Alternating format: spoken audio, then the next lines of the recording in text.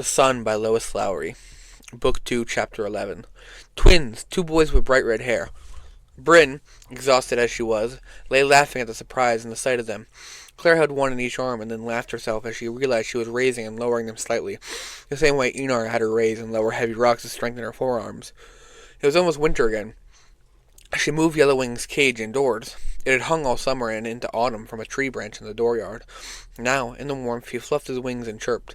Beth Ann was there, and Ellen. Their mother needed quiet to tend her to two new boys, and sent the girls off to amuse themselves. Now, little Ellen, squatting on the floor, twisted twigs into a bird shape, and pretended she had made a wife for Yellowwing. Beth Ann was busily helping Alice sort some dried herbs to be packaged into bags and stored. Claire, watching, realized that Alice was beginning to teach the young girl in the same way that she had taught Claire for these past years. The village would need someone to take Alice's place. It was clear that it could not be Claire. She wrapped her hands around the thick branch that Enar had peeled and set firmly in place above the door.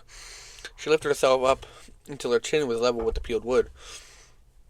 She hung poised there slowly and counted to 10, then lowered herself slowly. Doing this still hurt. That meant she needed it. She must do this each day until it stopped hurting. Then, she knew. Enar would tell her to put on her backpack, filled with rocks, and begin doing it again. Briefly, on a day when she was exhausted, she thought of Enar with frustration, of how demanding he was, how relentlessly he made her do the exercises again and again. Then she thought of how he watched her, assessing and admiring her strength, and she knew that his gaze was also that of someone who loved her. Tall Andrews had married in midsummer, his new wife a fresh-faced, quick-smiling young girl named Marin. Standing at the ceremony, Claire felt no sadness. She had never wanted to be his wife, but once he had hoped for it, and now he had moved on and seemed happy.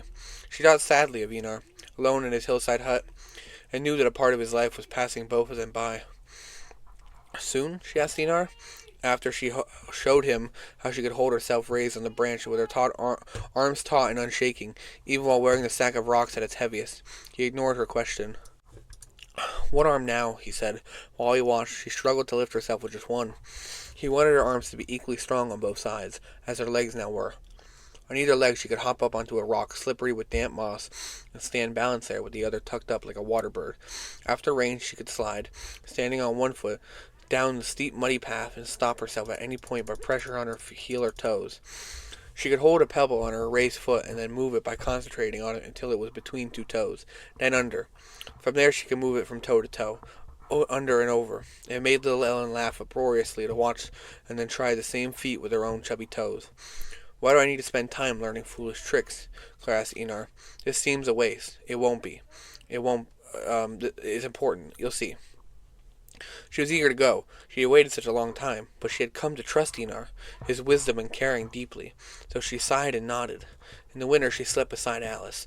When the fire died late one night, with wind howling outside, the old woman shivered and Claire embraced her, trying to send warmth from her own body into the frail limbs that could no longer hold on to their own heat. "You're a good girl," Alice murmured. "Your own mum must miss you fierce." Claire was startled. When she tried, in response to Alice's word, to think of her mother, there was little that came forth.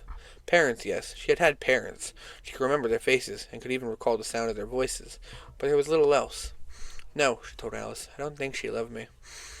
Alice turned in the bed, and through the dim light, at the last embers that glowed in the fireplace, Claire could see her bright eyes, open in surprise. "How could that be, child?" Claire chuckled and hugged her. "I'm not a child any more, Alice. Maybe I was when you found me. I was a young girl then, but so much time has passed, Alice. I'm a woman now. To me, you're a child still, and a mum always loves her child." "It should be so, shouldn't it? But something stood in the way of it. I think it was they called them pills. The mothers took pills.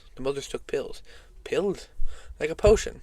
Ah, that was something Alice understood. But a potion is meant to fix an ill." Claire yawned. She was achy and exhausted. My people. What did that mean? She didn't really know. They thought that it fixed a lot of ills, not to have feelings like love. "Fools," Alice muttered. Now she yawned too. "You loved your boy, though. That's why you're soon to climb out." Claire closed her eyes and patted the old woman's back. "I did," she said. "I loved my boy. I still do."